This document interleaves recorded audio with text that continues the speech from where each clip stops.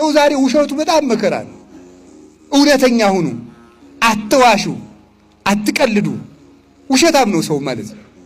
ሲያገባ መዋሸት፣ ሲምን ሲል መዋሸት፣ የሌለውን አለኝ ማለት፣ ሳይደርስ ደርሻለሁ ማለት። ውሸትን ደግሞ እንደ ቀላል ታወታላችሁ። የመርዝ ትንሽ እንደሌለው የኃጢአት ትንሽ የለው። የኃጢአት ትንሽ የለው። መርዝ ከሆነ ይገላል፣ ኃጢአት ከሆነም ይገላል። ስለዚህ ውሸትን ሰው ዛሬ አቀሎታል። ኃጢአት የሚመስለው ወይ መግደል ወይ ዝሙት ብቻ ነው የሚመስለው፣ ወይ መስረቅ ነው። መዋሸት ትልቅ ኃጢአት ነው። እግዚአብሔር እውነት ነው። እንዲያውም እግዚአብሔር እውነት ስለሆነ ከእግዚአብሔር ጋር ቀጥታ ትግል የሚገጥም ሰው ውሸታም ሰው ነው። እግዚአብሔር እውነት ነውና አትዋሹ፣ እውነተኛ ሁኑ። የሌላችሁን አለኝ አትብሉ፣ ያላችሁን የለኝም አትበሉ። ከቃሉ ጋር ናችሁ። እግዚአብሔር ከሁላችን ጋር ይሁን። እስመ ሐሰት ርዕሰ አመፃ፣ ሐሰት የክደት ሁሉ ራስ ነው፣ የኃጢአት የበላይ ነው። ይህንን ውሸት ነው ማጋለጥ ያለብን። እኖር ብለን መዋሸት ፍጹም ነውር ነው በእውነቱ ማለት ነው። ነገ ለሚታሰር አንደበት ማለት ነው።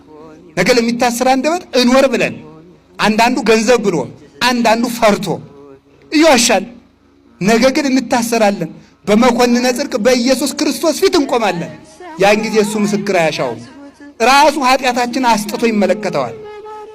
ሰጣዩ ለኩሉ ክቡት፣ የተሰወረውን ሁሉ እንደ ስጡ አስጥቶ ገልጦ የሚያይ እሱ ክርስቶስ ነው። በክርስቶስ ፊት በቆምን ጊዜ ዛሬ በልብስ የሰወርነውን፣ ዛሬ በቀሚስ የሰወርነውን፣ እንደ መነኩሴ ዛሬ በቆብ የሰወርነውን፣ ዛሬ በካባ የሰወርነውን፣ ዛሬ በሻሽ በቀሚስ በመስቀል የሰወርነውን፣ እናንተ ደግሞ በነጠላ የሰወራችሁትን፣ በዝክር የሸፈነውን፣ በመመስወት የሸፈነውን ሌብነት ክርስቶስ ነገ አውጥቶ ይገልጠዋል። ያን ጊዜ ማን ይሸፍነዋል?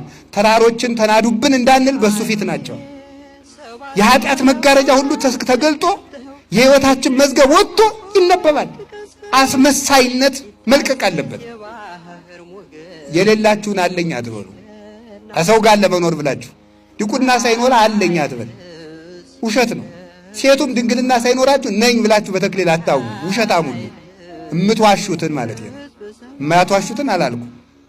እንዲህ ማድረጋችንን መተው አለብን። እግዚአብሔር ይቀለዳል? እግዚአብሔር ይዘበትበታል? አይዘበትበትም። ሳንታረቅ የታረቅን ምስል ማስቀደስ ውሸት ነው ይሄ። ስለዚህ ውሸታም አትሁኑ ለማለት እንደ ሕፃኑ